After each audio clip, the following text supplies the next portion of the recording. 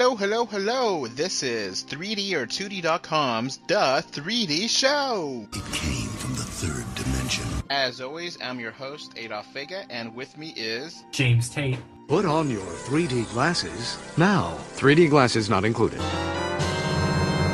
And if you're wondering what the 3Ds are in The 3D Show, well, they stand for discussion, debate, and the news. I will not be talking about Disney ruined Star Wars. and or The Bears. or Bears or De Beers. but we will probably talk about Avengers. and Mario! I do hope you enjoyed the show. The show, get it?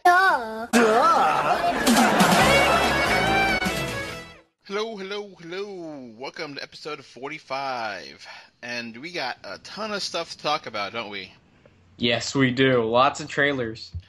And lots of video game news. And it's only been like 2 weeks, but it's been a ton of stuff. We're recording this on July 31st, 2016. So we're going to try to cover a lot of Comic-Con and a lot of Nintendo 3DS news that's popped up. So what do you want to go for first? How about we knock out one of the trailers? How about Wonder Woman?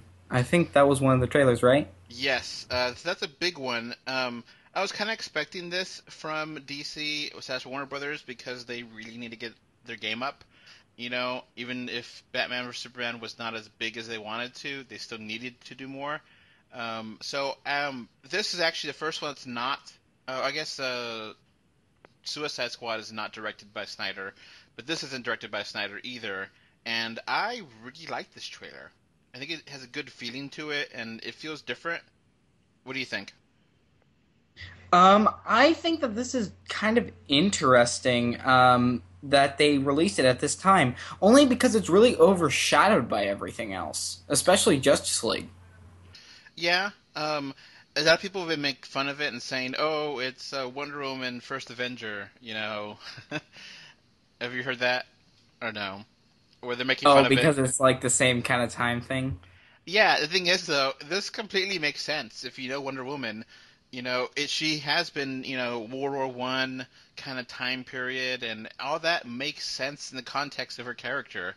So it just so happens that, Captain America was World War II and a period piece, and she's also in a period piece in the past as well. And, Wonder Woman is, I guess, kind of immortal. I don't really know if she is. I mean, she has a weakness, but it's a stupid weakness. But I don't know if she's ever actually died, really. And, Captain America, of course, is frozen, but he can die. But, yeah, it has a different tone. I like how awesome she looks in here. She just World War I is one of those things that it's hard for us to look back on because it's so backwards, compared to how we think of war right now. It's so primitive in some ways. World War II happened, and I think it gets a lot more play in popular culture. But World War I is really brutal with the mustard gas and Yeah, of course. It's not as exciting as World War II. So I think it looks really good. I'm really excited for this. We don't get a clear villain either in this trailer. We don't really know who she's against. I guess she's just going to War I. We don't know 100%. But I actually really like Chris Pine in here. I always like him as an actor anyway. But I think he works as her love interest. And, Steve Rogers, I think it is, right? No. Steve Rogers is Captain America. Yes. But yeah, Trevor something or other. Steve Trevors, I don't know, something like that. Sounds about right. Anyway, he works in this trailer, and I think it looks pretty good. It has a really awesome poster too. So I think people pretty much. I think everyone was like, "Oh, she's so skinny and she was so small." And the original color palette. I think last year we're talking about it. It looks so brown, and this trailer is the Wonder Woman color outfit that we expect. The red and blue is distinct. It's not a brownish color. It looks very vivid and looks good on screen, and she looks amazing, kicking butt everywhere. Looks like she's basically unstoppable, which is true. Do you know her weakness, James, or no? What is her weakness? It's really out there. You're not gonna believe it when I say it, but her weakness is being tied up by men. Huh.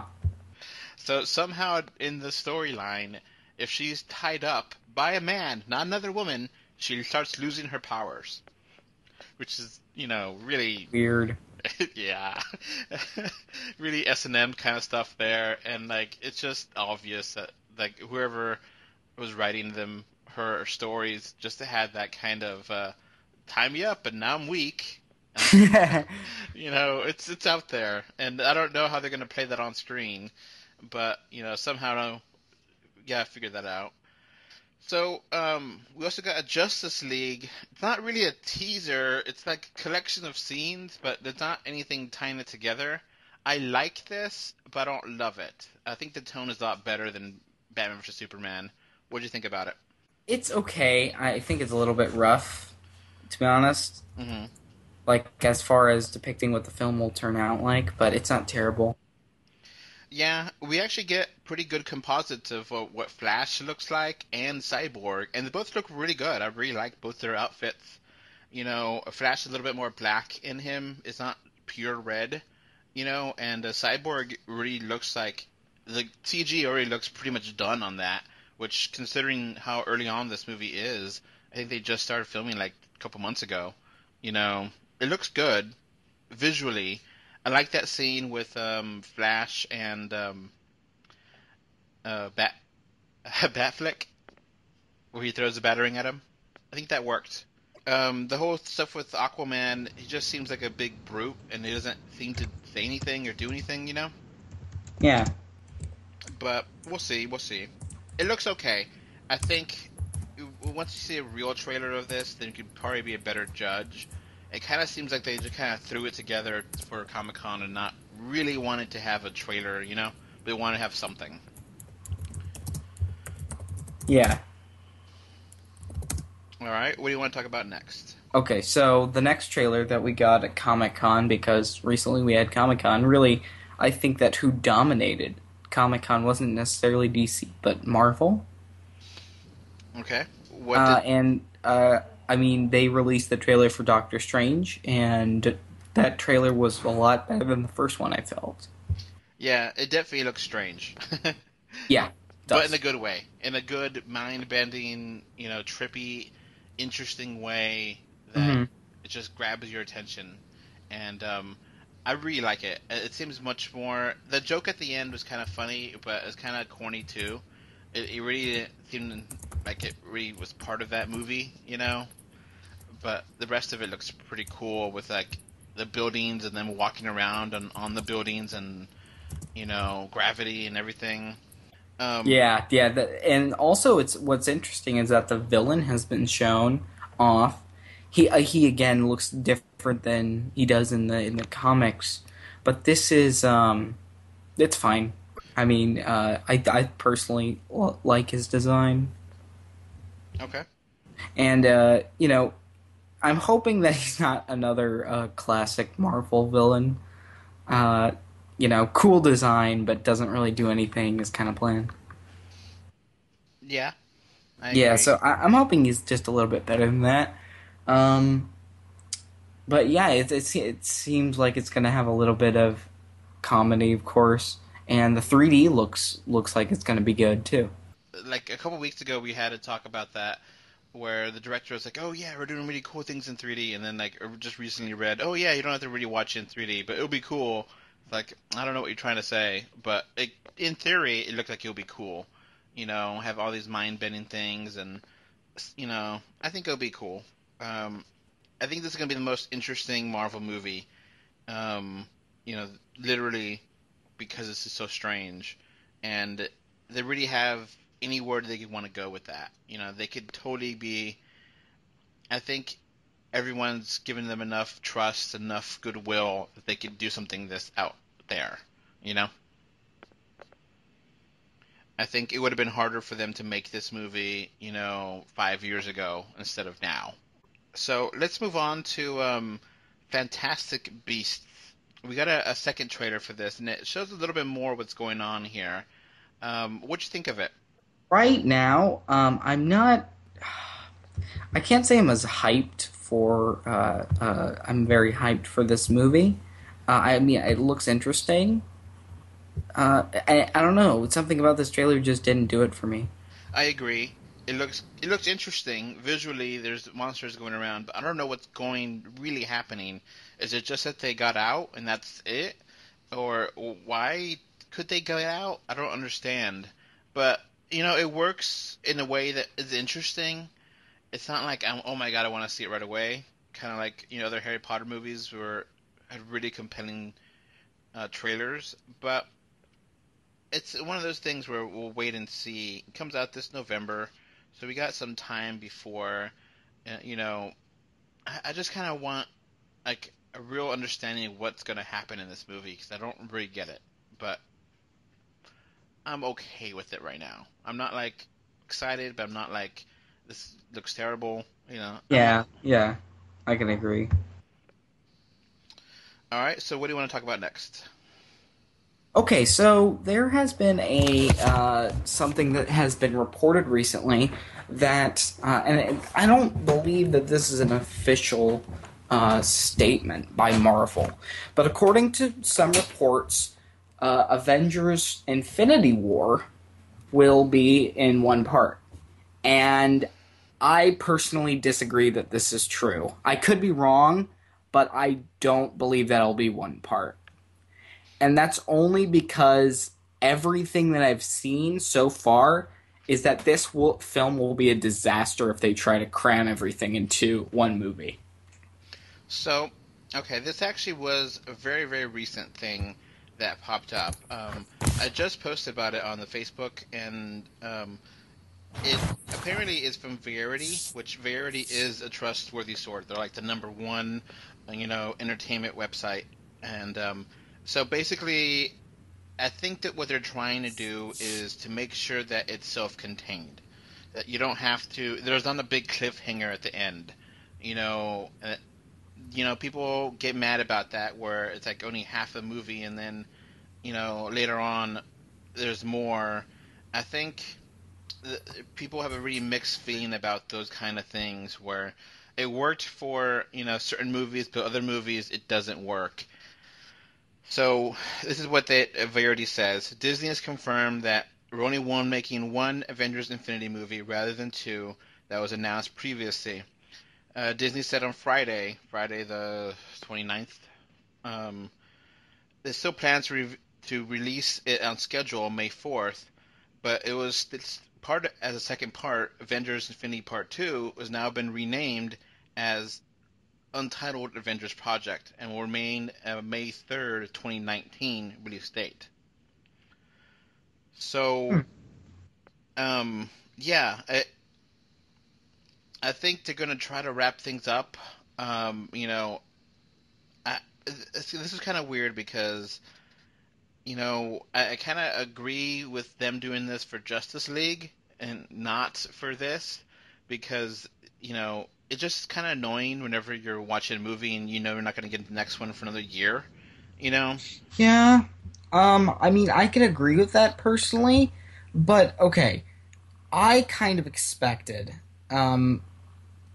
both films to be parts, but the idea wasn't that one would end with a cliffhanger. They're both contained films. And maybe one thing that would be great that they could do in having these be separate films is having like two teams of Avengers, right? Mm-hmm. Having two groups of characters, maybe one group, the Guardians or the people in space, and then another group on Earth. One film you would have the battle in space, and it would eventually lead to all the team coming together, but you wouldn't know what that other team is doing unless you had both films. Yeah, and I think part of it too is making it really hard because you have so many characters you have to try to show. They're gonna try to show, I guess, a lot of the Marvel TV stuff on here too, and Yeah, yeah, that's the thing. according to a lot of reports, the Defenders will be in this film. So I kind of think maybe it's a kind of a mixed message where they're not trying to make it part one, part two. They're going to be probably part one and part two in how it actually executes, but they don't want to have it on screen because I think it'll make people upset. I think recently, Yeah. all those movies like Hunger Games basically kind of ruined that. you know, Yeah. I mean, Hunger Games made it bad, and at the very least, like Matrix Revolutions and Revelations, they both came out within about 6 months. So it wasn't that bad of a wait in between them, but a whole year is a long time, and I understand what they're trying to do. I kind of agree with you, though, that I think they're probably going to have maybe, two movies that are connected, that are one back, but they're not directly connected, maybe. It's kind of, I don't know. We'll see, Exactly. but so much material to go over. I don't know how they could jam it all into one movie. Yeah, exactly. So maybe there's just like a publicity thing to make it sound better than it is, kind of thing. Okay, so moving on to something not comic book related, we got a few trailers here from Warner Brothers and Universal, and kind of mixed. We got King Arthur and the Legend of the Sword trailer, which, yeah, I think looks awful. Yeah, James? I don't. It really doesn't look very good. Okay, so it's from Guy Ritchie, and I guess in this movie Arthur is like a 30-year-old man or something, and it's like him versus an army of another people that don't want him to be king, and like it starts off with one of those first person running next to the camera scenes that has been going on a lot lately. You know what I'm talking about, where like they have the steady Yeah, cam, and I yeah, think certain movies could get away with that, but it kind of is annoying too. And like for this kind of movie, it just kind of seems annoying to me. And I just thought it looked ridiculous. It just didn't work for me at all. And I don't mind the King Arthur story. They could remake that as much as they want, but this doesn't feel right. It just has a wrong tone to me. I don't know why. What do you think? Um. Okay. Well, this doesn't. I mean, to be honest, this to be. Who knows? Maybe this will be the next gods of Egypt, but maybe it won't be. So we don't know.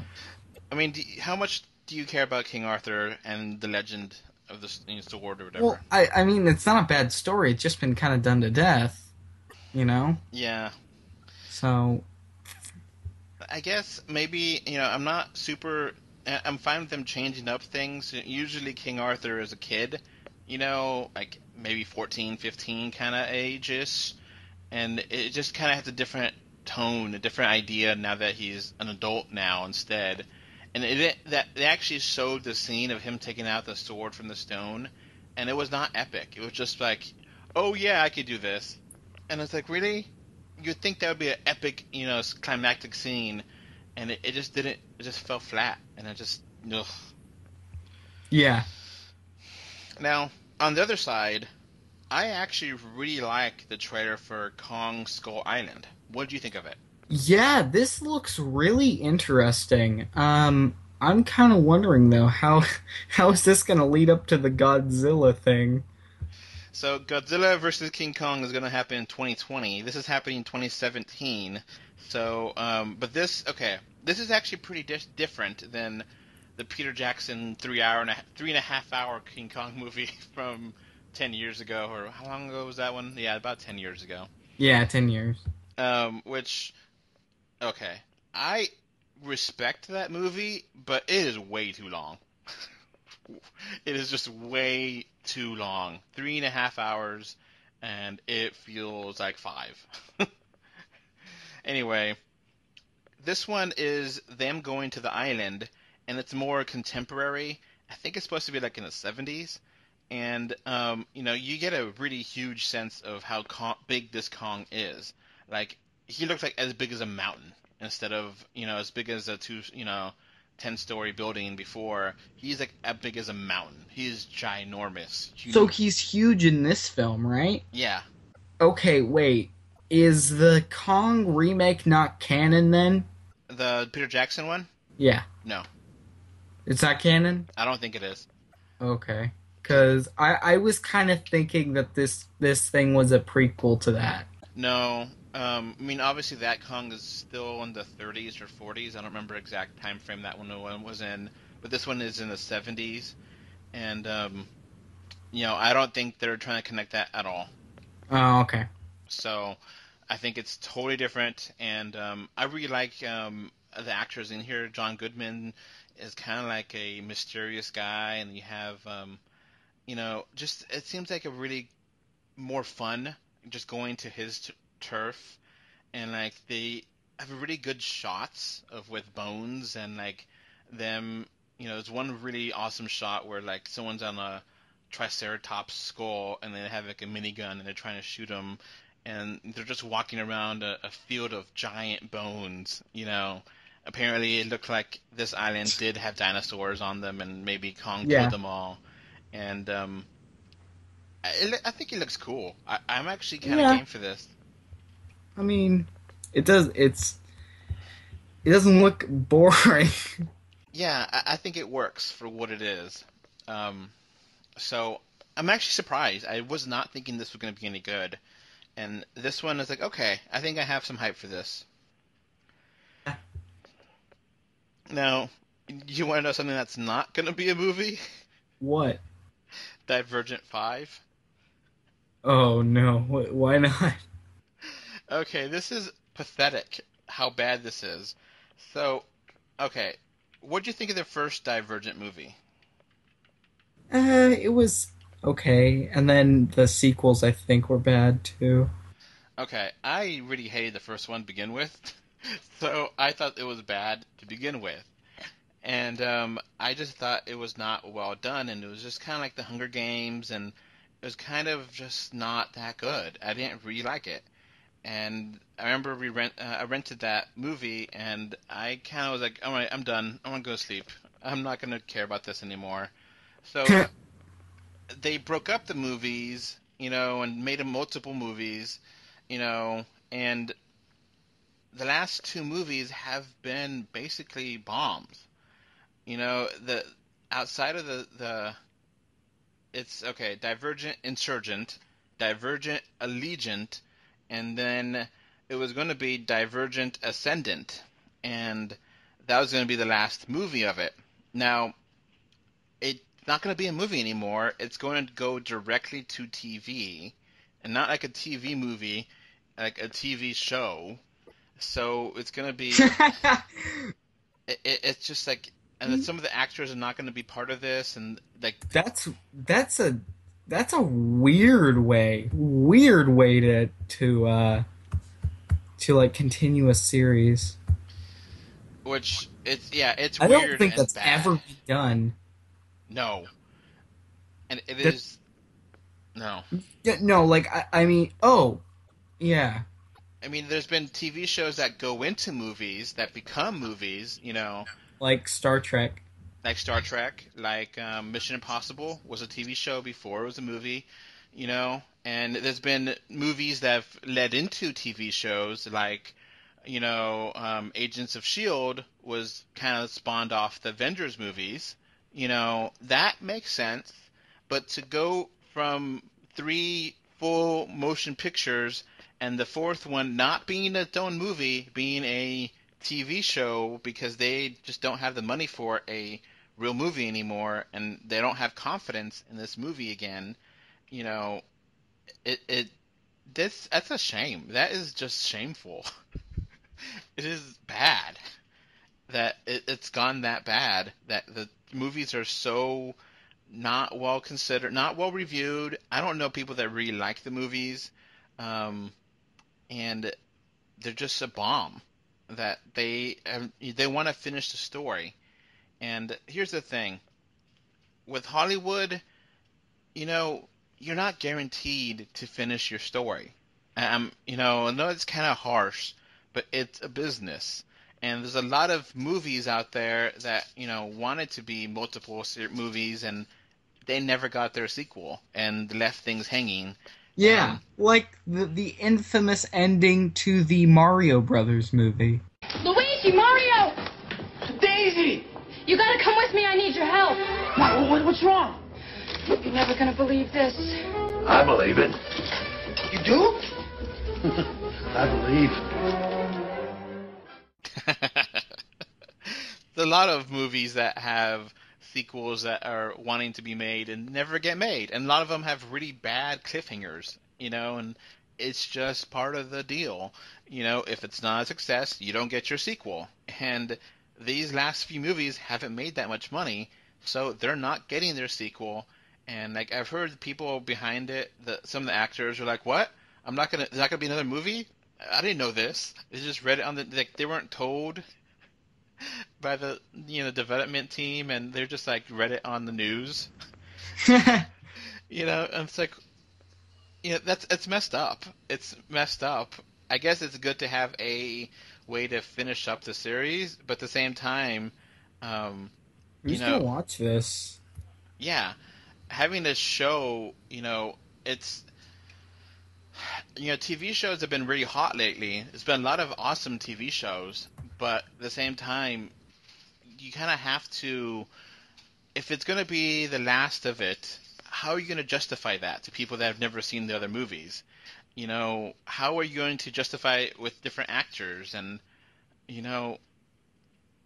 I guess they didn't want to do a direct-to-DVD follow-up instead of a, movie. I guess that's more of a shameful thing to do.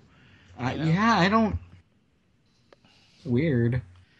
Yeah, I remember way back when the second movie came out, I think I refused to watch it. I think I actually had screening tickets to go see it, but I was like, no, I hated the first one. I don't care if I get to see it for free. I don't feel like I'll be a good enough critic, and I could be... sometimes you have to know when it's not for you, and know when to just not watch a movie because you'll already be biased. Or, if you can't control your own biases, you shouldn't be reviewing that movie. And I knew I wasn't going to be able to do that because I really, really didn't like the first one. So I decided not to go watch it, and I haven't regretted it. And I'm not going to watch these other movies. And apparently they're in 3D now. Like originally, the first one, I don't think it was. But yeah, it's just kind of a really bad omen. Are they going to try to do another like a whole season, like 24 episodes, or is it going to be like a 13 episode, or... Yeah, it's just bad. You don't do that. You might as well just give it up, This seems like a disaster. Yeah, it really is. It's just kind of sad more than anything else. Even though I really, really don't like the movies, it's just sad. Yeah, I mean, to be fair, even though it might sound like unfortunate, they should really just give up. So, let's move on here. Do one more movie news here with Star Trek. So, you haven't had a chance to see Star Trek Beyond yet, James, have you? No. Is it good? I really like it a lot, which I haven't finished my review up. I should be having it up pretty soon after this podcast is up, if not around the same time. But I'm going to give it a very positive score. I really like it. We talked about the development of this movie over the past year and how it's been basically in production hell, and sometimes things can survive production hell and be great movies, and I think it is. So we also talked about some of the sadness where the actor that played Chekhov passed away about a month ago, and it was just a complete fluke of an accident how he passed away. And the movie is 100% finished, Beyond, so it didn't affect the movie at all. At least not that I saw when I was watching it. It didn't look like they actually had a memorial to him anywhere like they had for Spock, which is disappointing. At the end of the movie, it says, in memoriam Spock, or Leonard Nimoy. And I guess maybe it was just too late that they couldn't put it in the theaters already. But anyway, so the people behind Star Trek said, a few things there about the next movie, which they said it's already greenlit, which is kind of presumptuous of them to say that, considering that it just came out, the movie, and it's making decent money. It's not great money. It was number one the first weekend, but I think it fell this second weekend. And they had mentioned two things about this second movie. The first thing is that they're going to have, it's a rumor that apparently Chris Hemsworth will return and reprise his role as Captain Kirk's dad, which I do not really like that idea, because you pretty much have to do time travel, and I don't, it kind of, the one thing I could think about is that maybe they could time travel and then reset the universe, but I really don't want to do that. I'm happy with how this universe is now played out, and I guess it could be a flashback. Maybe, they're still writing the script, so there could be a lot of different things going on, but honestly, I'm done with, I don't really need to have more daddy issues in Star Trek, so I'm fine with him not being in the movie. Yeah. I mean, honestly. Okay, it made number 2 this weekend with about $24 million, which is a total gross about $105 million, cost of $185 to make. So it still hasn't, and it's made $54 million foreign, so it's getting pretty close to making its budget back. It hasn't made a profit yet, so, but that's good that they're confident. Now the second rumor or story about the Star Trek is that Chekhov will not be recast in the fourth movie, which I actually respect. You don't recast them, you just let it go. But it's kind of weird because what do you do with the character, Well, okay. I actually like that the movie series is continuing. And I'll give you this reason. This major reason, and it's kind of off topic, but I think that's something that people understand. It's that you can have two different properties that have two different separate universes. Mm-hmm. You know what I mean? Mm-hmm. Whereas the TV shows is the classic, and then this is like the alternate universe, right? Yeah. Well, when it kind of gives fuel to the people who want, let's say, Star Wars, like the expanded universe, to have its own books. Mm-hmm. It kind of be like, well, Star Trek is divided into movies and TV series, and those are completely different, and people understand it. It's not confusing.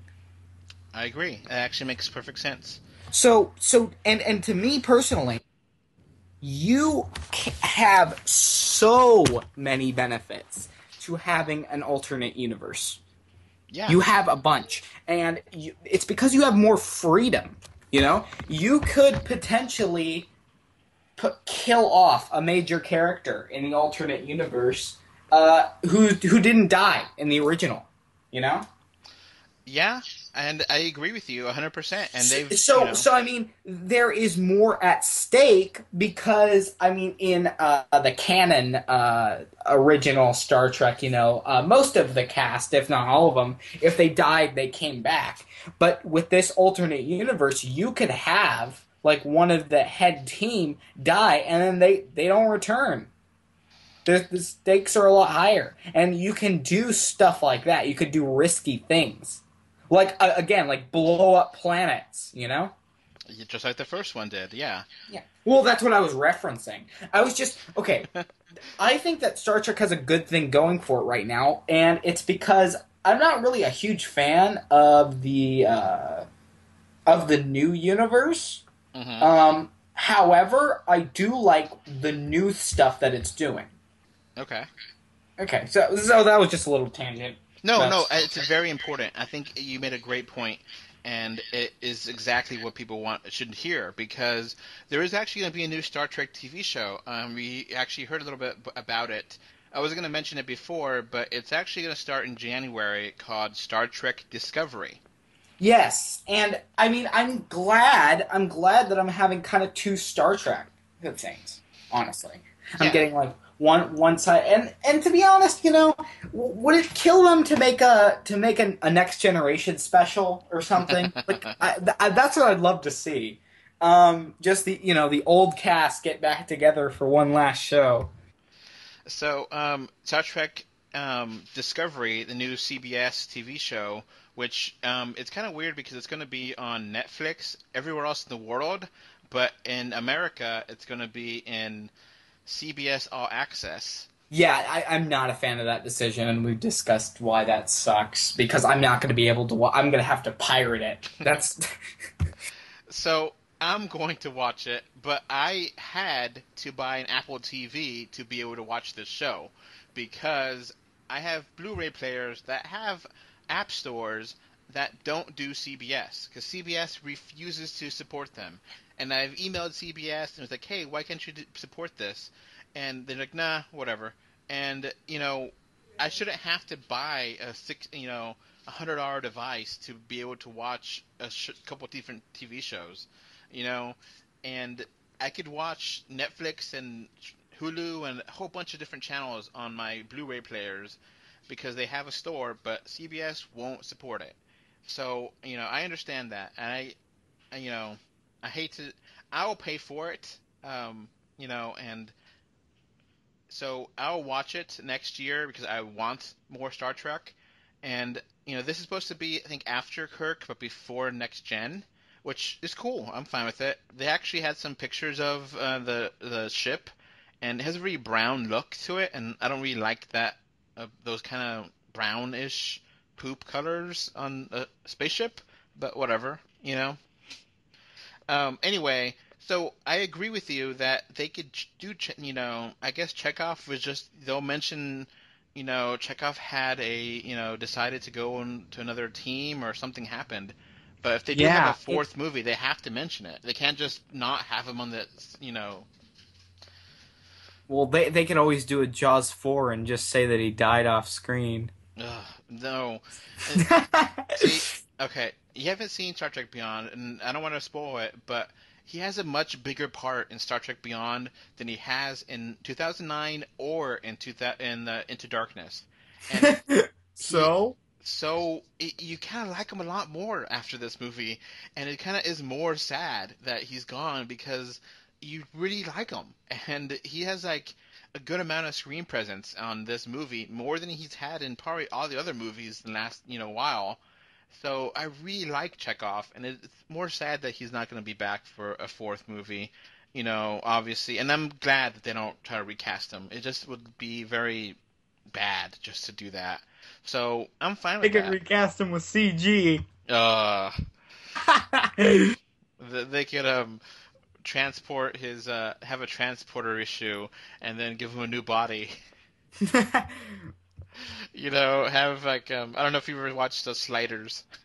What if you could travel to parallel worlds, the same year, the same Earth, only different dimensions? A world where the Russians rule America, or where your dreams of being a superstar came true, or where San Francisco was a maximum security prison.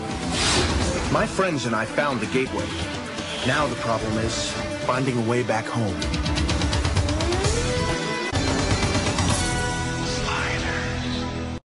Yeah. What they could do is they could pull a thing where he's in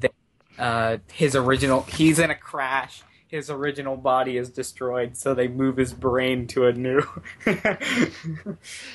yeah, that's basically what happened in Sliders, James. I don't know if you watched the last season of Sliders, a TV show, where basically one of the main characters, Quinn Mallory, he didn't want to be in the show anymore, even though he got his brother on the show before. He gave up on it, and the actor, and so decided to merge the brother and him together, and like they went through the portal and they came out as one person instead of two, and the one person looked like neither one of them. But they had the memories of both of them, and they called him Mallory because that's the last name, and that way his brother and him are the same character. But it was awful. It was a very bad way of doing that. It was awful. That show, I really liked some ideas in that show, and it really ended badly. But that's neither here or there. So we got a lot of movie news. Now we got a lot of video game news. One kind of in-between news, where Legend Studios, the people that did Warcraft, are now working on a Pokemon movie on Detective Pikachu. Now, this That's game weird. hasn't even come out yet in America. And I guess the big popularity of Pokemon Go, which I'm still playing, I'm on level 10 now. They want to make a Pokemon, and is this going to be CG? Is it going to be live action? Are they going to release the game here in America the same time the movie comes out now? It just seems really strange. There's been 15 or I don't know how many, 10 Pokemon animated movies, so it's not completely... Yeah, it's not... I don't know. There's been a ton of them, so it's not a big deal for Pokemon to have a movie, anymore. But I don't know how many of those movies actually had a really big theatrical presence in the U.S. I think they might have just come out for a week or two, and that was it. I don't think they got a really big push. But this part get a big push because Legendary is making it and they want to make money. So, yeah, I don't know how they're going to do this. It doesn't make any sense. I guess if you played the game, it would make more sense, but we haven't played the game because it doesn't come out over here yet. So we don't know what kind of mysteries that he'll have enough to make a movie. It seems really... Don't even know. Don't even know. So, I don't know. Whatever. Just kind of a strange announcement. Why even bother right now? If you're going to make a Pokemon movie, then make a Pokemon movie for real. Actually have... A live-action Poke movie. Or even a, really gorgeous CG, one. And it makes sense in that story. But it's fine for what it is. Whatever. Alright. So, let's go on to Animal Crossing New Leaf. It's going to get an update with Amiibo support this fall. Amiibo! Now, this is really weird. Have you played Animal Crossing New Leaf, James, or no? No. Okay, it's a great 3DS game. It's probably one of the top 5 because they really step up the Animal Crossing game and make you the mayor and give you so much freedom and access to do whatever you want. It really is the best Animal Crossing that I've ever played. And I've been playing it off and on for about, 3 years. So it's definitely has legs. And I think my wife played it for about a year. You could probably play this for indefinitely if you really want to. Now, Nintendo actually updating the game. This came out 4 years ago in Japan, 3 years ago in the US, and now there's actually always been a little update section in the game that you could go to, the menu, and I think they maybe did it once to fix bugs, and that was it. I don't think they've ever actually done anything to it since. But the hooks are in there to update it, and they're going to update it now and include stuff from different features, and Amiibo support is a big thing where you can unlock characters, and if you scan the Animal Crossing cards, you can have those characters come to your town, and Splatoon will have those characters be in the game, and they have their own little house, I guess, and the different graphics for Splatoon, the art style it has is going to be presented here, and I think it's really amazing that they will update a 4-year-old game, It's just kind of crazy. You don't imagine them bothering anymore, because they had one game or two come out last year, the Happy Home Designer and the Amiibo... What is that Wii U game? It's like a party game, board game? I don't remember. But those games didn't get updates, and this one that's years old did get an update. So, we don't know they're going to change the controls around to have new 3DS support, because obviously you need to have new 3DS or a little Amiibo adapter to play that stuff into. But there's so many different Amiibo that you could scan. There's a lot of Nintendo stuff that's already there. So like you could if you play the game, you could go inside the store and buy a fortune cookie. And the fortune cookie, you can use your Street Pass coins from walking around in, and those usually have Nintendo products in there. So you get a Mario hat or like a Star Fox, R-Wing that you could display on your shelf or whatever. And it's a pretty cool little thing they did for this game. Now, it makes a lot of sense that if they're going to use Amiibo, maybe you could scan the Amiibo and get that item more easily than to have to randomly get it through, the buying the fortune cookies. Or maybe, the different skins that you could get for Mario, you can make it have just these items everywhere. Because, like, you could get, different wallpaper for different characters, and it makes sense. So this actually makes a lot of sense with how they're going to do it. And it's just kind of one of those things because they're talking about a, Amiibo, or not Amiibo, Animal Crossing phone app game coming out this fall, I think. So is it going to play well together? I don't know. But I think it's definitely interesting. And it's good that Nintendo is going to keep at it with updating its old games. Maybe they'll finally update Mario Kart 7 and give it a proper battle mode. Or Mario Kart 8, I mean. So we got one more big story, James. Or actually two. We got a new, not Professor Layton, Lady Layton game revealed to come out next year. How do you feel about Professor Layton games? Have you played any of them? I haven't really played any of them, so I don't really have an opinion, but I think that a lot of people have an emotional attachment to them. Okay, so I played two of them. The first one and the They're third like puzzle one. games, right? Yes. So they're puzzle games, and you go through different environments, and you touch the screen, and then different characters had different stories, and you talk to the characters, and they're like, oh, they have a big mystery here, and then I will tell you a tip to help solve the mystery if you solve my puzzle, and you solve their puzzle using touchscreen or using logic, and it's a big narrative, and Yeah, there's like a huge storyline. so I played the Unwound Future, and that one is really out there. It's a lot of fun. I think it's really well done. Basically, one of the characters you play as Professor Layton and his apprentice Lucas, and Luke, and they get a letter in the mail from an older Luke who's apparently time traveled, and they need to solve the story of how he time traveled. And it's pretty interesting. It goes really out there, and there's like a huge amount of Professor Layton games, and a few of them on the mobile, mostly on 3DS. The mobile ones are not the same games really; they're like different offshoots.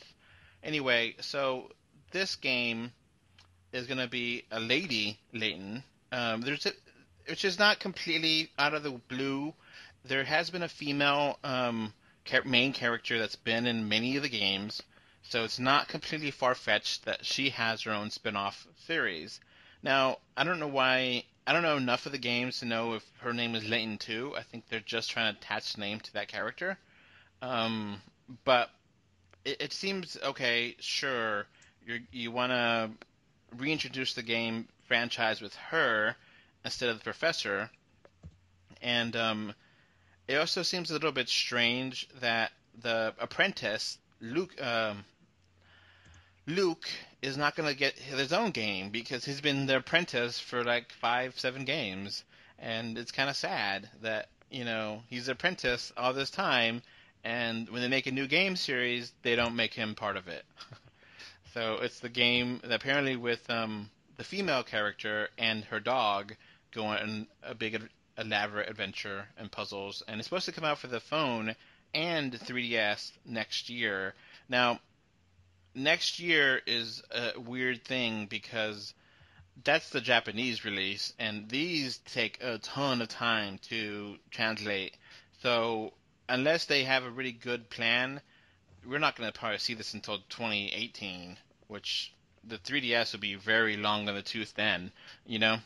Yeah, that'll be kind of weird. So we'll see if that works out. I'm kind of, it's such a big game that they released them like year after year for a long time. So having a good break in between them is not bad. You know, the last game I think was Professor Layton versus Phoenix Wright for the 3DS, and I heard that was pretty good. So it looks okay. I'm not super excited for it, but I understand what they're doing with it. I don't really disagree or agree with it. It's not really for me. Those puzzles were kind of really hard, and it could get really annoying. I just want to play the game. I don't want to have to solve everyone's puzzle, you know. And Yeah. that's basically what it was. You know, every single person had a puzzle you had to solve, and just like, okay, just stop talking, give me your puzzle so I can solve it, so I can move on, you know. Yeah. So the last thing is a big thing. So apparently Eurogamer revealed what the NX is. Now, Nintendo has not commented on this directly. They haven't confirmed anything here. But this rumor is pretty much confirming a lot of different things that we've heard about the NX. Have you heard about this rumor? Or this? Yes. Okay. So let's run it down. Eurogamer says the NX is essentially a portable console, and that it has the internal part would be like a big screen, and then you could connect on each side of the screen. You could connect controller ports, and then take that with you. And when you get home, you can connect the screen onto your TV somehow, and then take off the controller ports and use those to control the game. So it is still inherently a handheld system, and they wanted to use apparently one of the big parts of the rumor is that they're going to use the Tegra graphics chip, which has been around for maybe 2 or 3 years or so. I think a few years, sometime. And that graphics chip is really good for consumption and making sure that it's really efficient. I think the NVIDIA Shield uses that chip right now, the Android TV. So it's pretty common. You know, people know what that could do. And the power level for that is somewhere between Xbox and Xbox One, Xbox 360 and Xbox One. More toward Xbox One, but not quite there. But still pretty impressive for something that is relatively cheap compared to Xbox, you know. Yeah. So, okay. First, what do you think of the idea of a handheld console being together as one? That's a good idea. It's a good concept. Nintendo's trying to make back the money and make this marketable to the actual audience who's actually buying their consoles, which are people who want portable games. Now, on the other hand, though, this will probably be a huge disaster when it comes to third-party developers. Okay. I'm just saying, like, I don't know a lot of third-party developers that can use this. Now, go ahead. It's a good idea, but I'm just saying, might be risky. I think part of that is that the chip that they know of, the Tegra chip or whatever, is pretty well common or well known. It's a very powerful processor, so obviously Nintendo, they don't just copy and paste their processors. They always try to play with it and make it best for them. So even if you got the same chip that the Wii U uses, it's not the same because they like to add RAM and they like to change things up. So it's not exactly the same. So developers do know of how to make games onto this, since it's so well-known the processor, the Tegra. So that's not going to be too bad. The thing is, if the power level is that low, what's the point? It's going to be more powerful than the Wii U, but not as powerful as Xbox One. Is it really gaining that much? So what? It's portable, you know? Yeah. And obviously, Japan, they love portables more than consoles, so this is more a play to Japan like they always do. Um, the thing is, I think the PlayStation has been very much trying to do this with the Vita and the PSP, and they haven't sold that well. So, I mean, they're pretty good, but I mean, the machines themselves are pretty impressive, but they haven't sold a huge amount of money um, overall everywhere compared to like the 3DS or iPhone or Android. So it's interesting that they would be trying to do that, and having an experience that is handheld and be the same level as a console is pretty impressive. You know, we mentioned before about cartridges being on the NX. This makes sense because you don't want to have CDs on, portable. The PSP had battery problems for that, and just it's just easier to put them on cartridges anyway.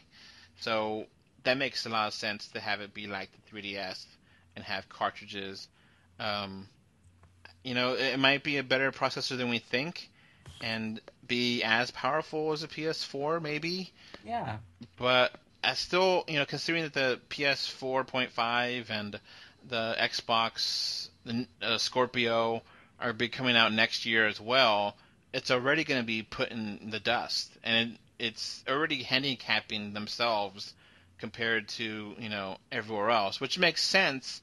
You don't want a portable to be that powerful, but if you can only go so far in being portable, you know. Yeah, I'd agree, but it's also supposed to be a home console too. Yeah, and how does that really work? I mean, detaching the controller parts and put them together, how does that work in real life? It sounds interesting in theory, but to actually make it possible, I don't know. And if it's going to be a portable, then the next question logically is, can it play the portable games that Nintendo already has? Now, do you think Nintendo kind of said that they don't really want this to be a successor to the 3DS or the DS family or whatever, but I think a lot of people may be confused if it does look like a portable from Nintendo, but it's not a 3DS, And if it is a portable, can it play 3DS games or DS games or whatever? And I don't know if it will. People will naturally assume, So, oh, yeah, I really don't know what they're gonna do, and I'm already getting bad feelings about this. I mean, they're trying to be innovative. I will give them that, but so if it can play 3DS games, would it be able to play them in 3D? I no. don't think so. What do you think? Well, I'll have to do something. Because if it does play them in 3D, then you're going to have a 3D system that could do, pretty amazing graphics for a handheld, and how expensive is this thing going to cost? Because having basically a Xbox One portable system is not going to be cheap, even if they use this technology that's the cartridges and what kind of screen does this have? Is it going to be a real HD screen? Because the 3DS doesn't have an HD screen. It's like I think 380p or 380 or something like that, and the Wii U screen is not even 10 HD. It's pretty good, but it's not HD on the gamepad. So how good the screen is, going to be? No, is it going to use touchscreen? Because you would think the NX would be able to play all the mobile games, the Nintendo mobile games that they released, like Miitomo and Pokemon Go and everything else. So is it going to have one of those older touchscreens that are on the 3DS? or they're going to have the newer touchscreens that are on the iPhone and Android phones that are multi-touch.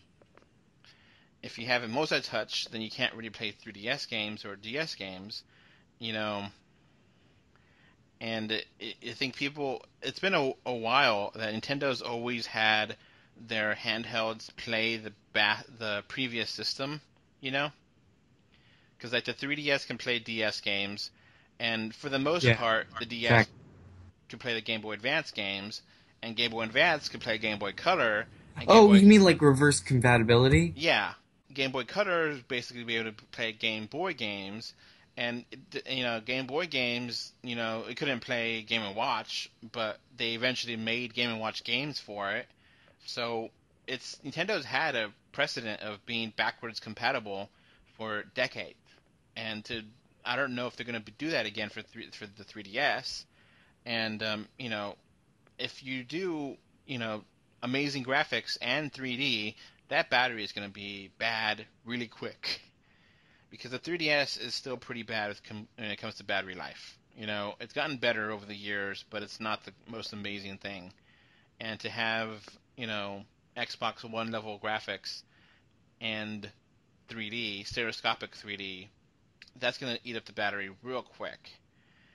So is it going to have like a data plan, Because if you need to have a data plan to be able to play Pokemon Go, is it going to have GPS and all the,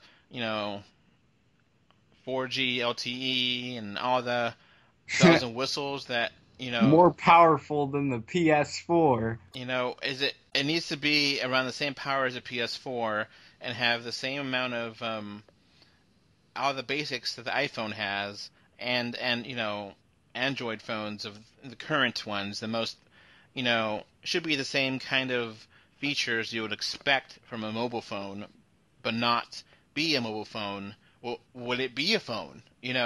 Could it call out? Is it going to have an app store that's not Nintendo done? Is it going to be, early rumors were saying that the NX was going to use Android. I mean, Android makes sense because it's open platform. A lot of games could work on the NX, but you wouldn't want Nintendo to do that because Nintendo wants to be closed, because Android is really easy to hack. It's really easy for people to get into there because it's open sourced, and Nintendo would not want to have that because it kills their market. So there's a lot of questions here that we don't know. We don't know if this is just, a lie, but it makes sense considering all the other NX rumors that they've been talking about over the last year. And I'm hoping within the next 2 months or so, we probably will get a full reveal from Nintendo, because it's been forever, and we don't know anything about this thing. Oh, nothing is confirmed. Just leaks and rumors for the past 2 years.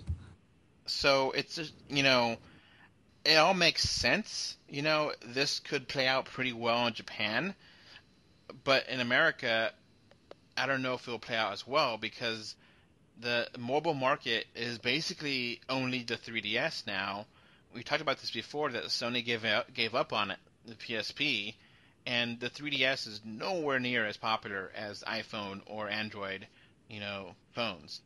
So there's, within the last, I think Apple just reported their 1 billionth iPhone being sold, and they only sell iPhones since 2007.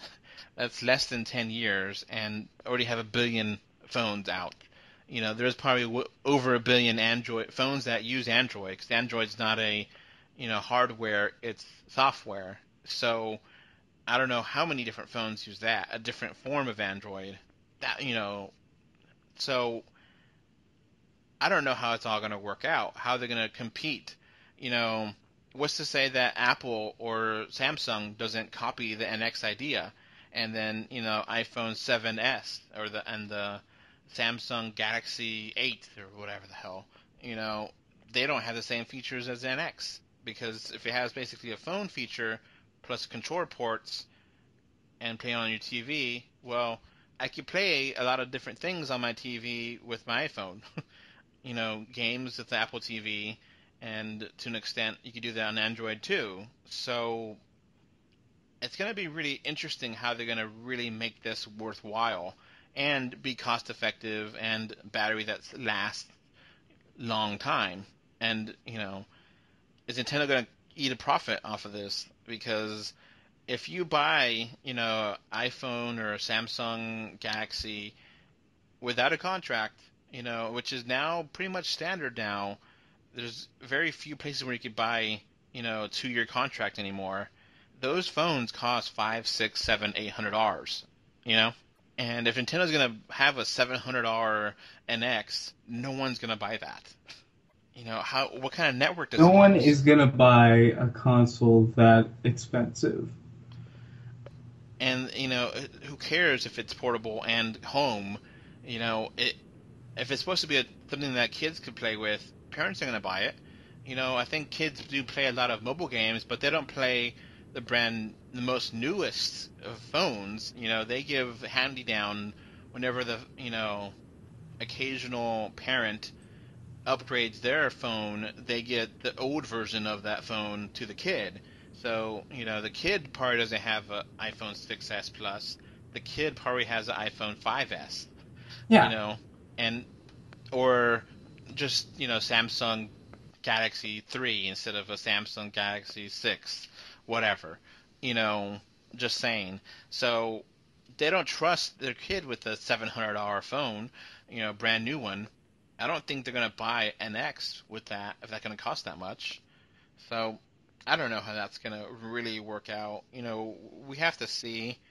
But it's just so many questions. Even after we get a reveal, I don't think we're going to know everything. Battery life is going to be a big deal if it is a handheld and a console. And if it's a console, if it's a real handheld console thing, how many buttons will this thing have?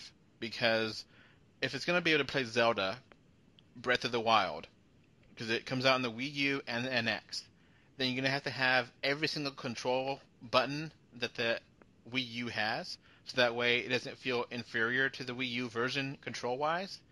And, having all those buttons... Also, could you play Breath of the Wild or whatever on the go? Yeah, that's the idea. That would be cool, but how much processor would that take? How much battery is that going to take? How are the games going to be designed? Because you have to have a game designed for portable play so you could save anywhere and quit. Because if the battery is going to die and you're in the middle of a dungeon, you can't just, oh well. You really have to have some kind of way to save and quit right off the bat. And then it has to be installed into the software, into the main, operating system so that you could, hit home and quit or whatever. So this might be a legit leak. It might not. But we got a ton of questions left for this. So It's a disaster. Nintendo just needs to figure out what it's going to do, because if this fails too, like we said before, they have a ton of money in the bank. It's not going to be that bad. Yeah, but what do they do after it? It's gonna be sad if Nintendo just quits. I can't imagine them quitting, but I can't imagine them putting all their games on mobile either. People keep saying, "Oh, Nintendo will be fine if they just put Mario 1 on the Apple's store or Android." And the thing is, people that have hacked the phone and played those games, they know it. The controls suck. Having a fake control buttons on the screen sucks, and you don't want to have to carry around a controller to play your pirated games. So it just doesn't work. It has to be different. So I don't know. Now, one last thing I wanted to mention. It was a really long podcast, but Metroid Prime blastball got a demo that came out in the eShop out of the blue.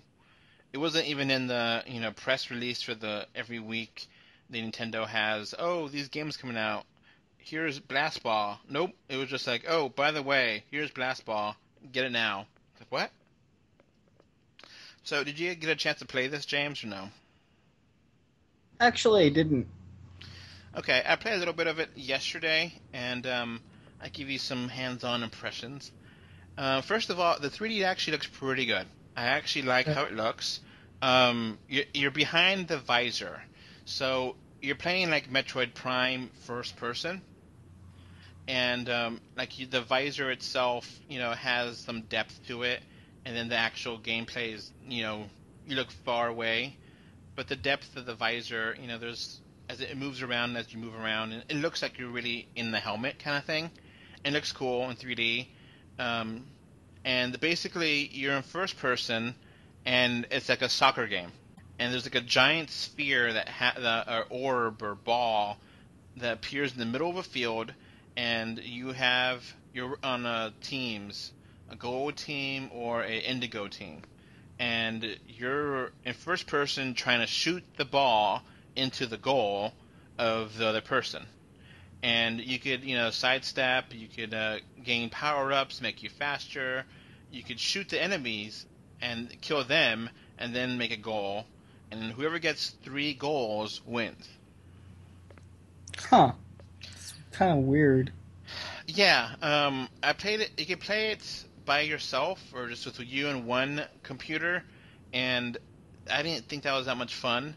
But for the most part, when you actually are playing the game, it's you and 2 other people in your squad, and versus 3 other people in their squad. So it's 3 on 3, and you're all shooting the big sphere, and you can shoot each other, but the whole goal is to get the goal, or literally, the whole point is to get a goal. So you have to shoot the ball first to try to get in there, and it can get pretty competitive, and the controls work well. You could, jump with B and shoot with L and R or shoot with A. You have different options there.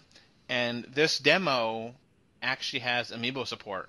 So I was able to scan my Zero Suit Samus Amiibo, and it has like a graphic that you put on to your mech that you're controlling because you're in the first person. And different Amiibo have different little graphics you can put on there. And I tried to get it online, but it wouldn't work. And the graphics, is the chibi art style that we don't really like. Now, when you're actually playing the game, it looks good. It looks really good. Artistically. I still don't like the style, but polygon-wise, it looks really sharp on the 3DS screen. So, actual gameplay looks really good. The style, I don't like. So it's kind of one of those things where, just like Wind Waker for, Zelda, you could respect, the art style and not like it. And I respect the art style and how it actually looks playing the game, but I still don't like it compared to other Metroid Prime games. It looks really kiddie and it looks Japanese-ish, and it just doesn't fit what I like in Metroid. But it does look good when you're actually playing it. So I was hoping that the online would work so we could try it out and play together, but it hasn't worked for me. I don't know why. I don't think it's actually in there.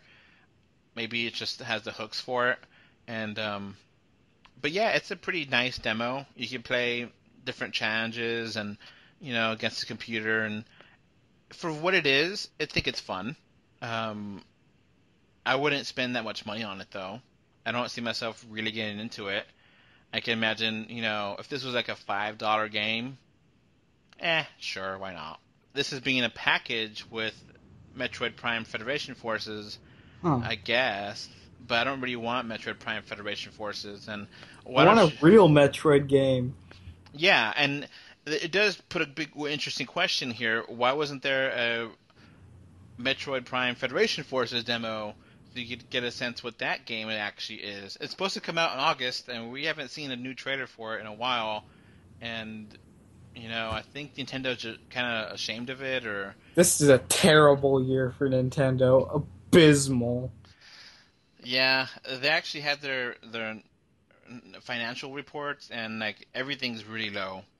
3DS sales are low, Wii U sales are low, they cut their estimates, and, it's just... all this to be expected, considering that there haven't been that many games on the 3DS or Wii U in the last year. And, like, Star Fox, it looks like it's a bomb for the Wii U. And there's nothing really on the 3DS from Nintendo themselves that been a huge hit. You know, I think the Animal Crossing cards were more of a hit than the Animal Crossing game that released last year, which is sad, you know. Alright, well, I guess that's pretty much it, unless you have anything else, James. I actually only have one last thing to bring up. It's TV show news. I don't know if you ever heard about this. I probably mentioned it. But this November, I believe, or this fall, this October, on one of ABC's, or NBC, I don't know, the one owned by Disney, on one of its sub-channels, like sister channels, it's going to have a new Marvel show. Okay. And the Marvel show is going to be Cloak and Dagger. Interesting. And what's weird about them is that they're mutants. So... Oh, yes, I remember hearing about this. It's like the actual X-Men TV show, but not really. Like, they got rights. It's going to be in the MCU, too. I think I saw the trailer for this. I don't think it looked good at all. That's just me. Yeah. So maybe Fox is going to give up the X-Men rights, or have worked some kind of deal with it? I don't know. Not sure. I'm not... So, yeah, I don't know what that... I mean, I don't have any news besides that. I mean, basically, they're mutants. Yeah. I think maybe in recent years they were on that. Like, they changed that, but from their basic origin, they are X-Men characters. Interesting. Oh, kind of funny, kind of sad. So, you know, Pokemon Go is a huge hit right now. People are still playing it right now. And, you know, the stock prices flew up after the game came out. And people were super excited because, oh, you know, the game, Nintendo made its own mobile game. And we talked about this last time, I think, where it's not really Nintendo. It's, you know, different company. And, you know, apparently the investors didn't know. So then they got mad, and then they sold off their shares in Nintendo because they thought they were misled and thinking that this was a Nintendo game. Oh. Which is just like, really? You're going to rush to the stock market, buy the stock, and be like, what? Nintendo didn't make this? It was a different company? Oh, this is crazy talk. This is, you know, I'm going to sell the game, you know. So within like a few days, it was one of the biggest sales of Nintendo and the biggest, you know, stock jumps for Nintendo. And just ridiculous, you know, that different people in the stock market didn't know, you know, this was a different company that made this. Nintendo only did a little bit of it, you know? Yeah.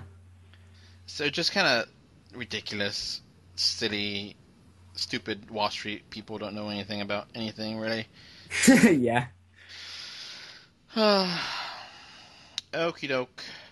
Well, that's going to be it for this podcast. Extra long. There's a lot of news. Extra long, yeah. All right. See you later. Bye. Later. All right, so that's going to wrap up this podcast. Remember to like, comment, favorite, subscribe, love, whatever. Heart it, do something. 3D or 2D.com can be found on Facebook, Twitter, Instagram, YouTube, iTunes, Google Play, Stitcher Radio, and SoundCloud. And if you want to send us email, our email address is email3dortwo@gmail.com. And thank you again for listening. Bye. Thanks. Bye. Bye, everyone.